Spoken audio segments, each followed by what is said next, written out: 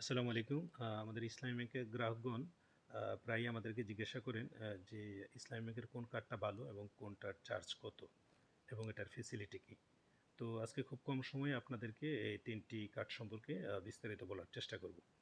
তো প্রথমে আমরা যে কার্ডটি সম্পর্কে বলবো এটি হচ্ছে ইসলামী ব্যাংকের সবচেয়ে বেশি জনপ্রিয় কার্ড। এটা হচ্ছে ডেবিট প্লাটিনাম কার্ড।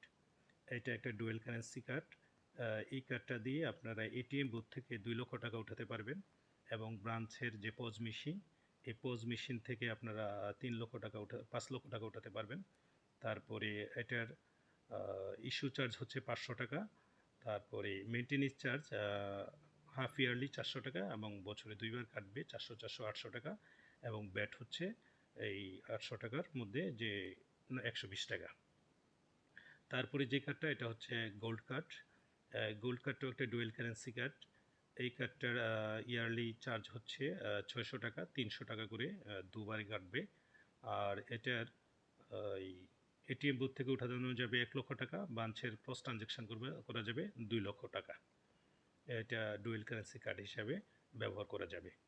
তারপরে ইসলামী ব্যাংকের যে জনপ্রিয় আরেকটি কার্ড এটা হচ্ছে ক্লাসিক কার্ড।